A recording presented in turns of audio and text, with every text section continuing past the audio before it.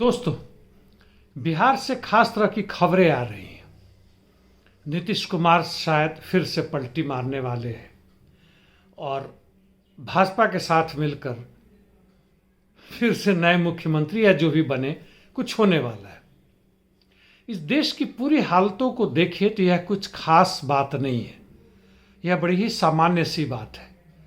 आज जो स्थिति है, फांसीवाद का बढ़ता पकड़ राज्य सत्ता द्वारा, चाहे वो सीबीआई हो, ईडी हो या और भी अन्य तरीके हो जिनके बारे में हमें पता तक भी नहीं है, वह नजर आ रहा है। विपक्ष की जहां तक बात है वह तकरीबन धाराशायी हो चुका है। विपक्ष में वाम तो और भी शर्मनाक स्थिति से गुजर रहा है। यह अचानक नहीं हुआ है। इन तथाकथित कम्युनिस्टों के पतन के कारण ही भारत में फांसीवाद का उदय हुआ है, अन्यथा यह नहीं हो सकता था। यह संभावना बहुत कम होती। हमारे यहाँ जितने भी कम्युनिस्ट हैं, कुछ एक को छोड़ दे जो बहुत छोटे हैं, चुनाव से चुनाव तक की राजनीति में काम करते हैं। उनका नारा है चुनाव के द्वारा फांसीवादी ताकतों को हराओ। 2019 में कोशिश की उन्होंने, 24 में भी कोशिश कर रहे हैं, शायद 29 में भी कोशिश करेंगे यदि बचे तो। इसी चक्कर में बंगाल भी खत्म हो चुका है, त्रिपुरा भी गया हाथ से। बाकी अन्य राज्यों में एक को छोड़ दे, केरल को, जिनकी स्थिति बहुत नाजुक है। और इनका नारा है प्रजातंत्र की वापसी। कौन सी प्रजातंत्र थी भाई देश में?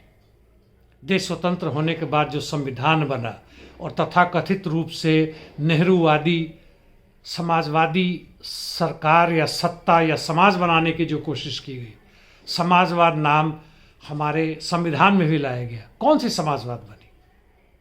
यह तो उनकी खुली साजिश थी। देश स्वतंत्र होने के पहले ही से इनकी कोशिश थी कि भारत में इस तरह की संविधान लाया जाए, इस तरह की सत्ता लाया जाए, तथाकथित रूप से मिक्स्ड इकोनॉमी हो, ताकि उस समय के टाटा और दूसरे बड़े बड़े पूंजीपति थे, उनके पास इतनी ताकत नहीं थी कि वो हर कुछ बना सकते थे। जैसे रेलवे, एयरलाइंस, जहाजरानी, पावर सेक्टर, ये नहीं अकेले कर सकते थे। इनके पास न इतनी पूंजी थी, न इतने टेक्निकल नो हाउ थे, तकनीकी नहीं था इनके पास। विदेशी पूंजी का होना जरूरी था। और हमारे मेहनत का जनता जो बना रही थी, धन उत्पन्न कर रही थी, उसका कुछ हिस्सा लेकर ये सब बनाना था और बाद में इनके हवाले करना था, जो कि 1990 तक आते आते कांग्रेस ने ही शुरुआत की इस नाम से कि अब समाजवादी सत्ता नहीं होगी। मनमोहन सिंह का तो नाम था केवल, लेकिन पूंजीपतियों का ही हाथ पीछे से था। और 14 तक आते आते लगा कि भाई अब कांग्रेस से भी हमारा काम नहीं चल रहा है। वाजपेयी सरकार आई और गई, उसने जो करना था किया, पूरी कोशिश की। अर्धसैनिक बल और बहुत जगहों से लोगों के जो पेंशन थे उसका खात्मा करना, सरकारी नौकरी का खात्मा करना, निजीकरण का तेजी करना, लेकिन उससे भी सफलता पूरी नहीं मिल रही थी। हमारे आज के नए जो पूंजीपति थे उनको इससे संतुष्टि नहीं थी, पूरे के पूरे हड़पना चाहते थे, बाजार से ही केवल नहीं। उसका नतीजा हुआ फांसीवाद का चरण शुरू हुआ। यानी जनता को पूरी की पूरी तरह से घोल के धर्म, जाति, देश का लस्सी पिलाना था, जो पिलाया गया। और सत्ता में आने के बाद और पूरी तरह आप मंदिर बनाए, अल्पसंख्यकों के खिलाफ जाए, देश का नाम जपे, विश्व गुरु होने का प्रपंच में अभी साथ हो। हालांकि ये लोग 20-25% से अधिक नहीं है, चुनाव में भी इनके अधिक से अधिक 35-36% ही मिलते हैं, लेकिन फिर भी इनका दबदबा है, सत्ता इनके पास है। विपक्ष कहता है कि इलेक्शन कमीशन हमारे साथ नहीं है। तो अबे कौन सा इलेक्शन कमीशन, किस रूप में तुम्हारे साथ होता? इनका कहना है कि ईवीएम हटा के बैलेट पेपर आ जाएगा तो विपक्ष का खात्मा हो जाएगा। पहली बात तो यह है कि बिल्ली के गले में घंटी कौन बांधेगा दोस्तों। और दूसरी बात यह कि ईवीएम के आने से पहले क्या आप भूल गए हैं कि बैलेट पेपर ही होता था, किस तरह की धांधली और बैलेट बॉक्स का लूट होता था? आगे आने वाले समय में हो जाए तो लूट ना होगा, यह किसने कहा? और किसी भी तरह की व्यवस्था हो, जब चुनाव होता है, जब बूथ में गिनतियां होती हैं, तो किस तरीके से होता है शायद आपको अंदाजा होगा ही होगा। वहां रिटर्निंग ऑफिसर ऐसे ही खुलेआम घोषणा कर देता है कि भाई इसको इतना मिला, जीत गया। आप उसको चैलेंज भी नहीं कर सकते। जो विपक्ष के वहां पर बैलेट अधिकारी हैं उनको बाहर भगा दिया जाता है। चुनाव के बाद भी किस तरह के भड़ुआगिरी हमारे एमएलए एमपी कर रहे हैं, किस तरह से खरीद बिक्री हो रही है, इसका भी अंदाजा आपको होगा। शिवसेना को देखें, बिहार में तो जिसकी चर्चा मैं कर रहा हूं वह तो पूरे खुलेआम रूप से मुख्यमंत्री तक है। पूरी की पूरी विपक्ष जो है वह भाजपा में जा रही है। सैकड़ों एमएलए एमपी जा चुके हैं, हजारों कार्यकर्ता जा चुके हैं, और भी जाएंगे। चुनाव से कोई अंतर नहीं पड़ता है, यह एक मुखौटा है मात्र।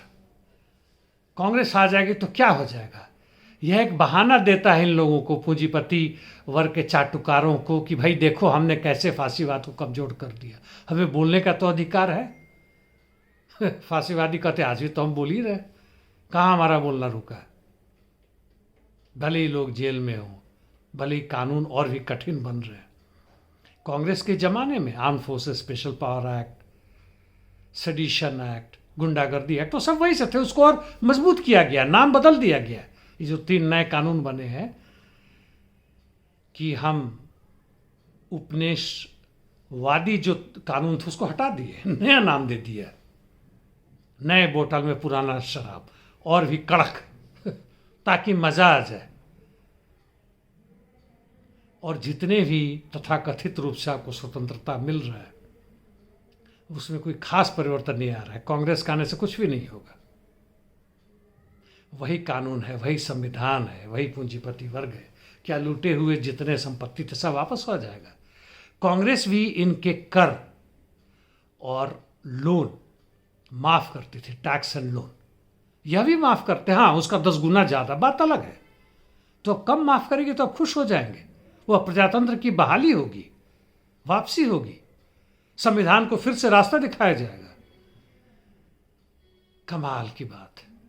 और कोई अंतर नहीं पड़ता, दूसरे जितने भी लोग वाग हैं हमारे,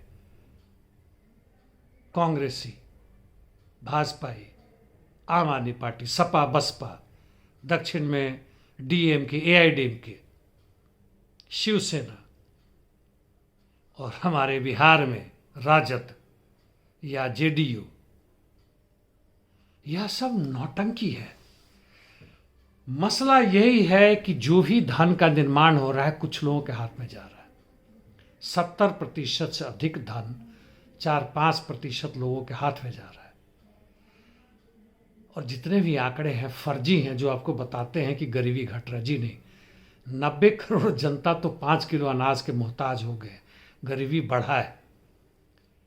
और गरीबी केवल निरपेक्ष रूप से नहीं कि लोगों को पर्याप्त भोजन, आवास व्यवस्था, शिक्षा, स्वास्थ्य नहीं मिल रहा है, सापेक्ष ही बढ़ा है। आप यदि यहाँ थे, यदि मान लें थोड़ा सा आगे भी बढ़ गए, तो ये जो यहाँ थे ये स्क्रीन से ऊपर चले गए। आप लोग इंसान के कैटेगरी में नहीं रहे।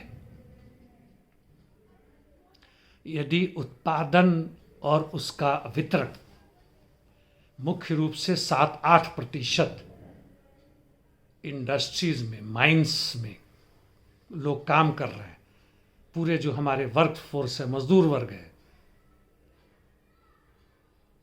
और बाकी 93-94% इनफॉर्मल, अनऑर्गेनाइज सेक्टर में काम कर रहे हैं। जिस दिन काम किया मिला, नहीं काम किया नहीं मिला, महीने के अंत में वेतन नहीं है, सड़क के किनारे भी कर रहे हैं। छोटे मोटे जो निम्न पूंजीपति वर्ग उनके यहाँ काम कर रहे हैं, मझौले या बड़े किसानों के यहाँ काम कर रहे हैं, लेकिन बाकी सबकी हालत बहुत खराब है। दोस्तों कोई उपाय और दूसरा नहीं बचा हुआ जो मैं बार बार कहता हूँ। क्या उपाय है जरा आप ही तो बताएं। धन्यवाद।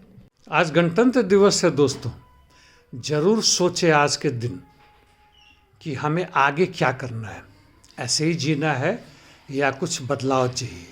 और वह भी किस तरह का बदलाव चाहिए।